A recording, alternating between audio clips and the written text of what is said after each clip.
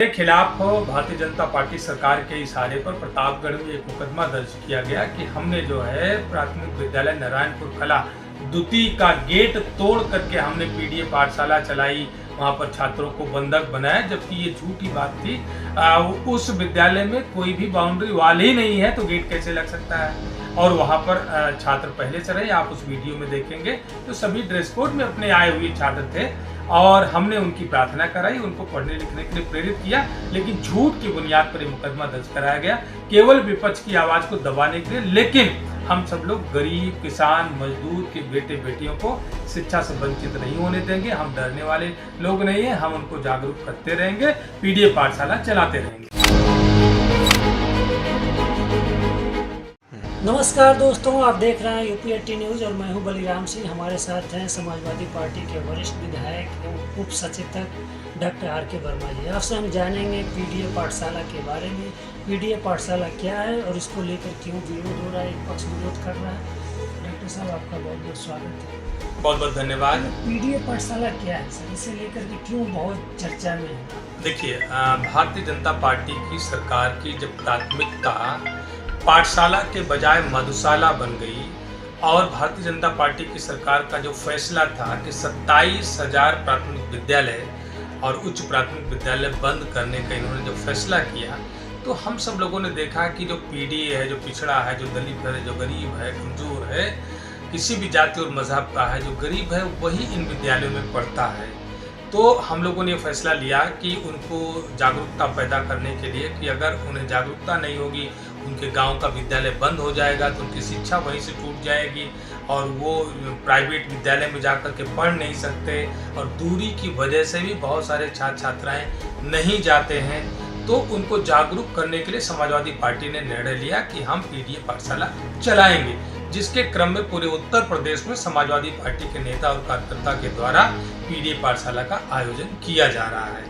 इसमें क्या हो रहा है सर, पीडीए पाठशाला में क्या पढ़ाया जा रहा है? देखिए, पीडीए पाठशाला में आपने हमारा वीडियो देखा होगा कि मैं विद्यालय में गया, वहाँ पर छात्र बहुत थे लेकिन कोई शिक्षक नहीं था, विद्यालय खुला हुआ था।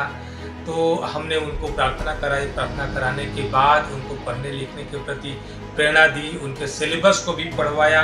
तो हम लोगों का प्रयास है कि उन शिक्षा से उन्हें क्या हासिल होने वाला है, जब तक ये छात्र नहीं जानेगा अभिभावक के बीच में, जिनके अभिभावक अनपढ़ हैं, जो मनरेगा में मजदूरी कर रहे हैं, जो खेती किसानी कर रहे हैं, उन्हें नहीं पता कि शिक्षा लेने से क्या मिलेगा। तो कम से कम छात्र ही जब जागरूक हो जाएगा तो वो पढ़ने लिखने के लिए अपने अभिभावकों से जिद करेगा और वो कहीं ना कहीं किसी विद्यालय में पढ़ाएगा। और हमारी कोशिश है कि उनकी बस्ती में बना हुआ विद्यालय हम नहीं बंद होने देंगे, क्योंकि यह प्राथमिक विद्यालय चाहे उच्च प्राथमिक विद्यालय हों, ये भारतीय जनता पार्टी की सरकार में नहीं बनाए गए। यह उत्तर प्रदेश के आम आवाम के टैक्स से चुकाए गए पैसे से जो बजट बना, पूर्ववर्ती सरकारों ने बनाया और आप उन विद्यालयों को चला नहीं पा रहे। आपकी कमी की वजह से, आपकी गलती की वजह से वहां पर छात्रों की संख्या कम होती गई। आपने कभी ध्यान नहीं दिया, आप छात्र संख्या बढ़ाने पर कहीं फोकस नहीं करते, क्योंकि आपका नजरिया निजीकरण को बढ़ाने का है, ना कि अपने सरकारी संसाधन को मजबूत करने का। ये खबर छपी थी सर पूरे प्रदेश में कि आपके खिलाफ एक मामला दर्ज किया गया पीडीए पाठशाला को लेकर, क्या मामला? जी, मेरे खिलाफ भारतीय जनता पार्टी सरकार के इशारे पर प्रतापगढ़ में एक मुकदमा दर्ज किया गया कि हमने जो है प्राथमिक विद्यालय नारायणपुर कला द्वितीय का गेट तोड़ करके हमने पीडीए पाठशाला चलाई, वहां पर छात्रों को बंधक बनाया, जबकि ये झूठी बात थी।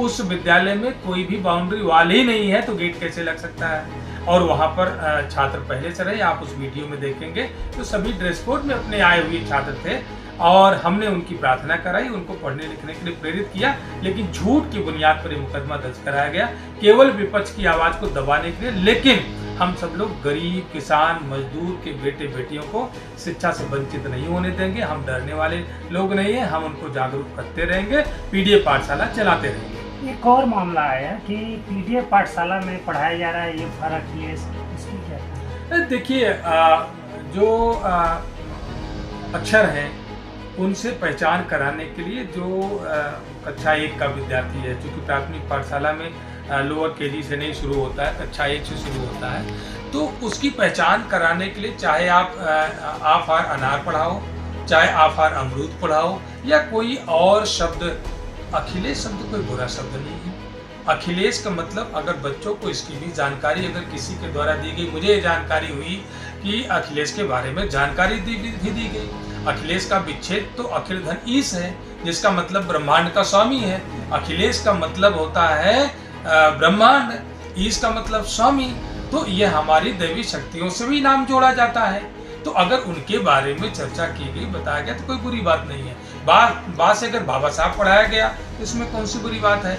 बाबा साहब तो पीढ़ी के भगवान है, मसीहा है, और इस देश की आधी आबादी, अगर बाबा साहब ने हिंदू कोड भी लोकसभा में न लाए होते तो उनको इतने बड़े जो अधिकार मिले महिलाओं को, वो नहीं मिले होते। तो बात से बाबा साहब को पढ़ाया जाना कोई गलत नहीं है। और आसिया अखिलेश अगर उसके भावार्थ को बताया गया, उसके मायने समझाए गए, तो ये कोई गलत बात नहीं है।